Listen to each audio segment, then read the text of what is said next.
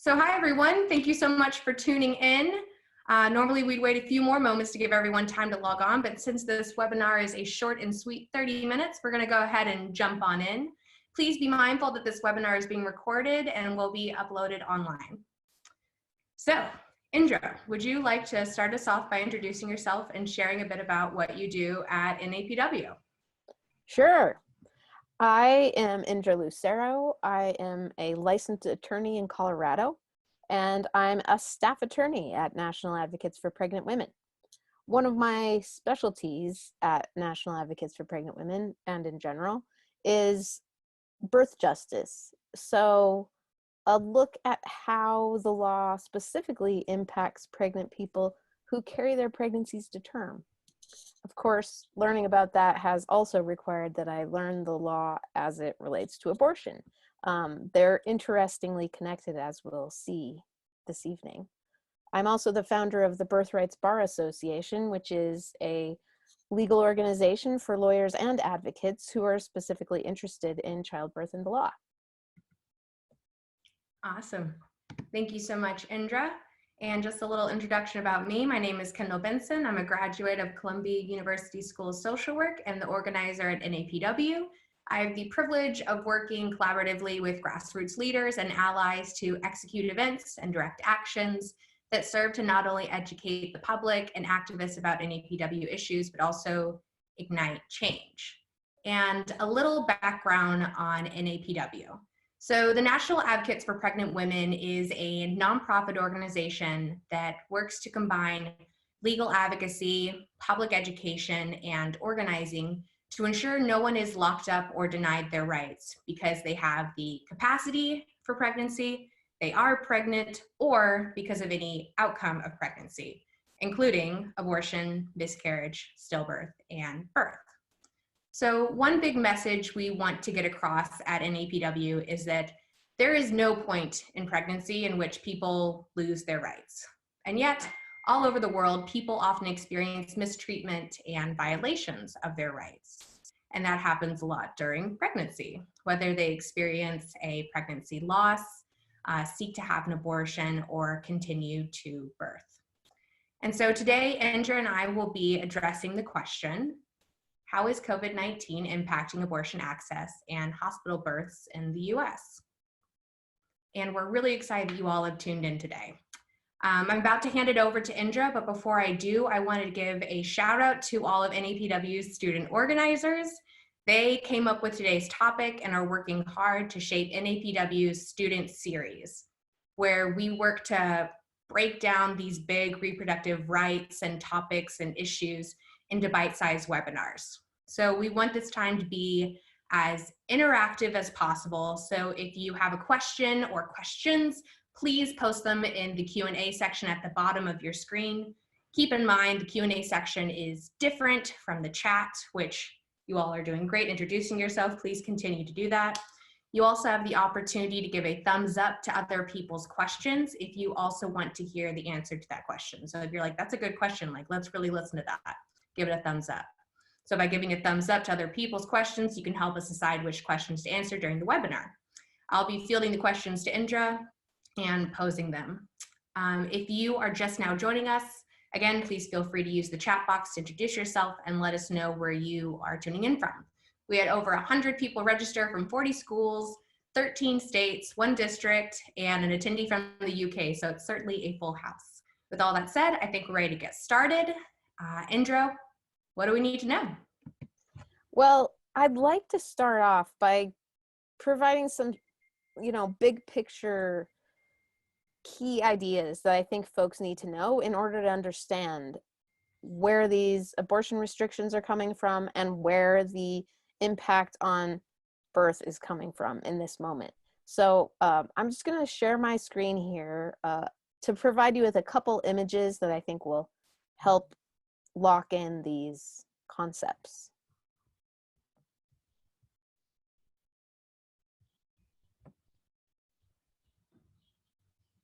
Just give me a second.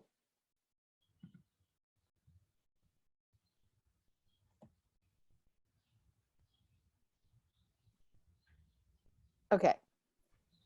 So, of course, you're familiar with the way that we have a federal system, which means that there's a government for all of the states, but then each state has its government, and there then also are even county governments and municipal governments. So it's important to keep in mind this sort of layered cake we have going on here in the United States, because some of the, the restrictions sort of interact between mainly the federal and the state government. The things we're talking about today rarely get down to the county and municipal level. Okay, so keeping that in mind, when it comes to both abortion and birth, most of the way that these things are regulated are at the state level. Now, of course, the federal constitution is in a hierarchy over the states. So states have to, at the bare minimum, meet the standards set by the federal constitution. They can surpass those requirements. Many states do have constitutions and laws that essentially do better than what the federal government requires. But when we're talking about these issues, keep in mind that there is that US Constitution. And of course, that is in our minds a lot because that's where Roe v. Wade comes from. But then it's up to the states to, at a bare minimum, meet those constitutional standards. But again, they can exceed them. So when we're talking about the state level and how these things are restricted, a lot of times it's either the facility, which is represented here by this little window, and then represented by the stethoscope is providers. So both providers and facilities are regulated by the state government. So usually that's, the administrative branch, that's the power of the governor, and usually that comes in the form of an agency of some sort. Here's my dear Colorado Department of Public Health and Environment. These agencies have different names. A lot of times there's a different agency that regulates providers and one that regulates facilities like hospitals or clinics. But all you need to know is that it's the state that regulates both providers and facilities, and that's through the administrative branch. What makes this moment additionally interesting is that it is that executive branch, the administrative branch, that also has unique powers in times of crisis. This is mirrored at the federal government, so that's why we're getting, orders from the president, and then you may also in your state be hearing about orders from the governor. So because that executive has the power to essentially change laws during states of emergency crises, these same things that are regulated by the administrative branch during normal times can be adjusted during times of crisis. And that is, in fact, what we are seeing. With regard to abortion, we've seen 5 states, Texas, Ohio, Oklahoma, Alabama, and Illinois, and Iowa, use this power to basically, change the law for the moment. And what we're seeing when it comes to abortion is basically saying that these clinics, these facilities, can't operate as normal. On its face, fine. That's, it's not necessarily a bad thing. It's the kind of power that we want a government to have for exactly this purpose, to adjust to crisis situations. Similar what we're seeing when it comes to birth, for example, in New York State, if folks are paying attention to what's happening there, facilities had decided by themselves how we're going to deal with the virus is we're going to not let anybody else in other than the people who are getting care. And so that impacted pregnant folks, because pregnant folks who generally are accustomed to being able to bring support people with them during labor were told, in fact, they had to be alone. So in the face of that restriction, the governor actually made an executive order saying, wait up, facilities, you can't do that. You're going to have to figure out a way to at least let one support person come in. So what I think is really interesting about this moment is that we're seeing this power of the executive being implemented in quite interestingly different ways. With regard to the 5 states that are restricting abortion, it's first of all at the clinic level, less at the hospital level, and in New York, it's sort of telling those facilities they need to do something different, they need to do something better. With regard to abortion, it's not the facilities themselves that are saying, here's how we think we need to adjust to this pandemic, but it's the state saying, here's how we want you to adjust to this pandemic. Interestingly, what we know so far is that and I chuckle because it's depressing. I sometimes chuckle when things are depressing. The Fifth Circuit, which is a federal judicial circuit that oversees Texas, Louisiana, and Mississippi, has so far said that it's okay for Texas to do this, to make this, pandemic time exception for the functioning of clinics, abortion clinics in Texas. What makes this particularly interesting is that the case Whole Woman's Health also came out of the Fifth Circuit. And in that case, the issue was resolved on a key point, which was, does this regulation, at that point it was a Texas law restricting how clinics operated, how abortion clinics operated, but they based it on just this idea of the health and safety of people. And in Whole Woman's Health, the US Supreme Court said, if you're going to say that it has something to do with the health and safety of people, it has to actually be based on something. It was a pretty low bar still, but it was more than just the idea, which is essentially what Texas had done. They just kind of said, we think this has something to do with health and welfare. And the Supreme Court said, you need a little more than that. We don't know exactly how this is going to play out, but my hunch, just based on, legal research, is that during a pandemic, that threshold essentially would be lower. That even needing to, show some sort of scientific reason would be a lower standard during a time of crisis, for kind of obvious reasons. We don't want to burden states with particularly hard standards when they're dealing with a crisis. We want them to be able to have the power to move swiftly and efficiently. I mean, obviously the logic is slightly askew because there is no health and safety basis for any of these 5 states restricting access to abortions in this moment. There's many ways to address, this health and safety concerns short of this. And, an interesting sort of another layer to this is that 21 state attorneys general, which is in a different branch of government, reached out to the federal government, the FDA, to ask the federal government to relax its restriction on the abortion drug, mifepristone. Of course, this is to respond to some of those actual health and safety concerns that come up in the face of the pandemic. People can't get to clinics. People don't maybe want to go into clinics. They want to have more access to things at home, which is what we're seeing all over. You want to be able to go pick up your groceries at the grocery store instead of having to go in. But so far, you can't do that with this important medication because of this federal level. Let's go back to this federal level law.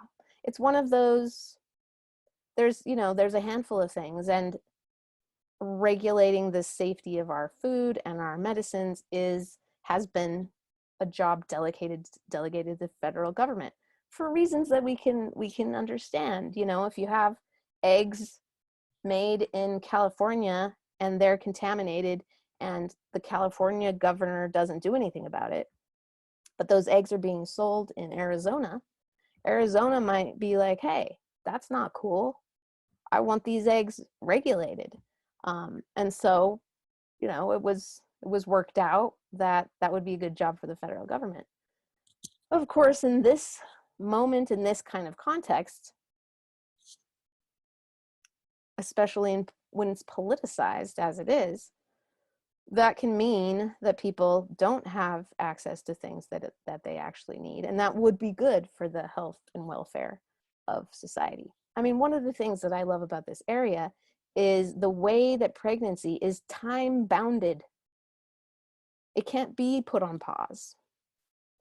And that adds this element to a lot of the legal analysis on these issues that nothing else quite compares to. This, you know, the course of a disease has time elements, but it's not the same. It's not time bounded in the same as pregnancy. Basically, there's no good analogy. It's a very unique thing. It is what it is, and nothing else is that. So unlike, you know, the podiatrist who is saying, I'm going to only see the patients most in need during this moment, when it comes to pregnancy, all the care is time bounded and really has an essential quality that it doesn't otherwise have. Indra, can I jump in real quick? Yeah. So we have a question that's kind of talking about exactly that. How does being a pandemic affect the ethics regarding prioritization of care in a facility? So where do abortions and other procedures relating to pregnant women fall in these prioritizations?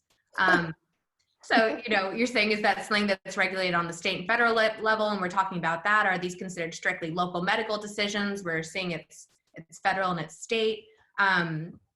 I'm wondering if you can talk a little bit about even the wording that is being used. I don't know if you all have seen, but I think we've seen like abortion is essential has been trending on Twitter. The word essential really does mean by law, like, is this essential?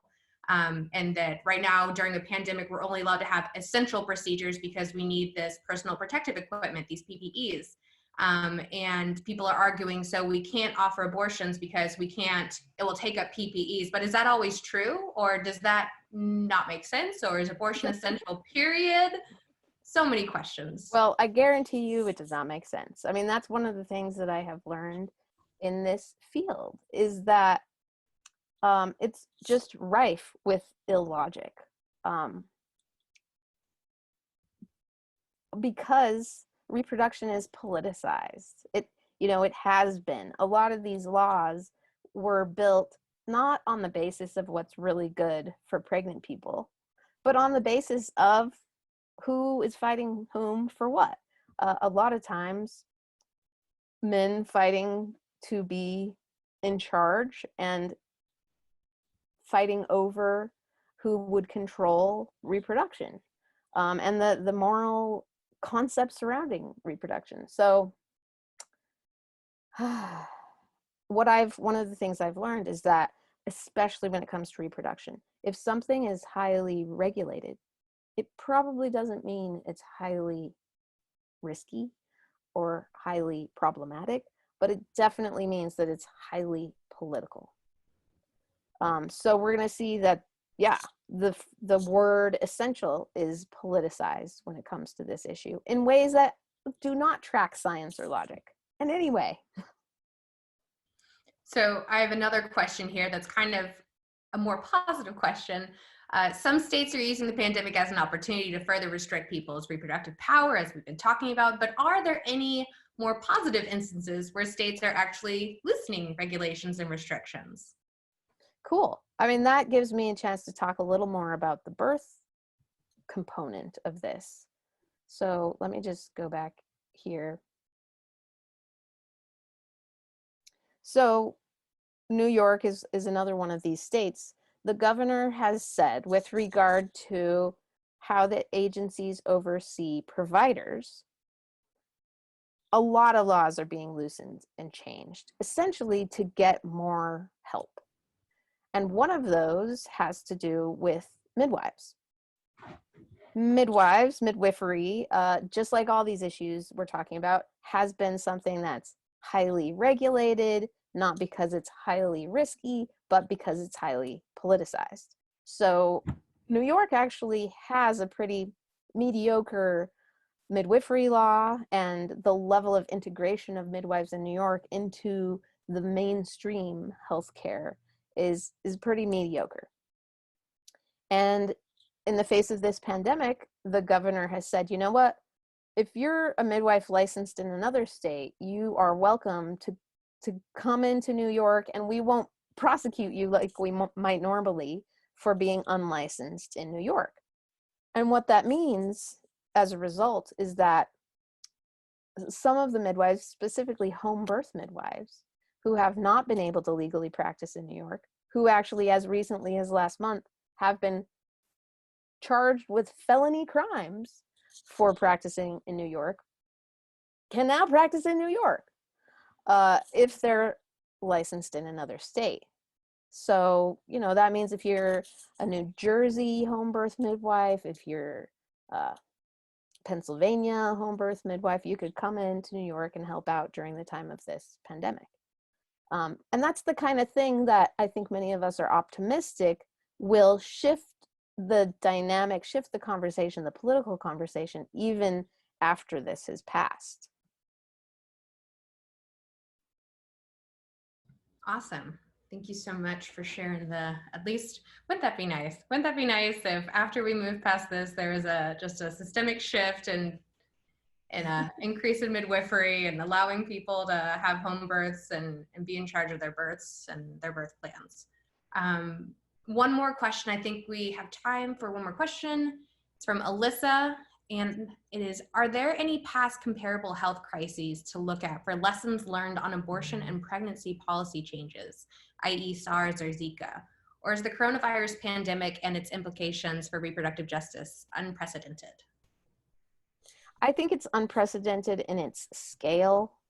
You know, Zika, especially in more high resource countries, was more able to be more managed. And so what I think is unprecedented is the way that we're seeing all kinds of health systems breaking down, whether they're in high resource countries or low resource countries. They're breaking down in slightly different ways, but they're breaking down just universally.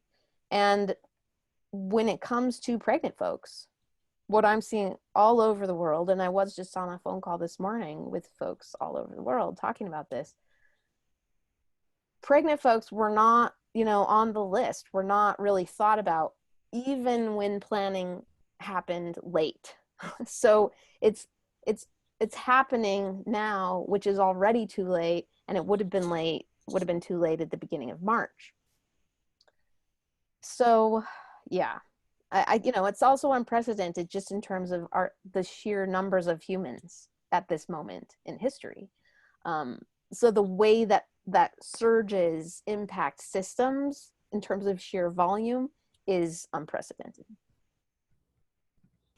And I think we actually do have time for one more question. I'm going to squeeze it in here. Are there any states that are loosening abortion restrictions, like allowing the abortion pill easier to access? Well, that is the dilemma, because the access to those medications is regulated at the federal level. So even if states wanted to, and I'm sure there would be some that would, that isn't something, which is why the state level attorneys general wrote that letter to the federal government.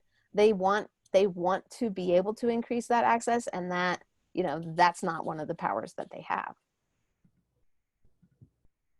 Okay. Well, I think that actually that was the quickest 30 minutes I have ever seen. Whew. Super. I'm trying to now copy and paste something into the chat here. It's not letting me, but I can keep talking. So let's see here. Just to kind of roll this all together. I wanted to thank you all so much for joining us this evening.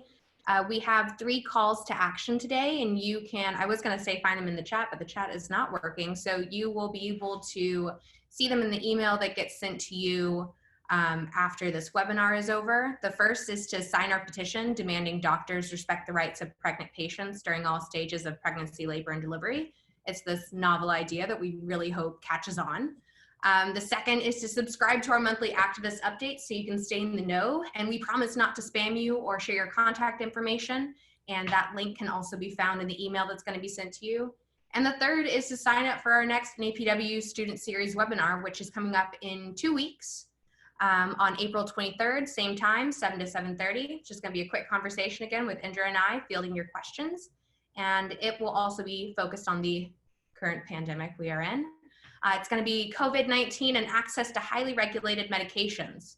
So just to kind of pitch it, the pandemic is exposing the harm done by overregulation of certain medications people need as a matter of basic health and well-being. When people can't get to a clinic, like Indra was talking about, medications like mifepristone and misoprostol can be used safely and effectively to end pregnancy at home with or without formal medical support. Additionally, the harm done by overregulation of medication used to treat opioid dependency, like methadone, is also being exposed. And you may be thinking, well, why is NAPW talking about methadone and substance use disorder? Well, people who are pregnant also have substance use disorder. And then you have this really scary intersection of the war on drugs and the war on people's bodies that have the capacity for pregnancy. And so, you know, when you think about how the current regulations, for example, often require methadone patients to travel every day to a clinic to obtain their daily dose of medication, you can see how that becomes a problem for people who are pregnant and have substance use disorders and a pandemic, which is why we're concerned about it.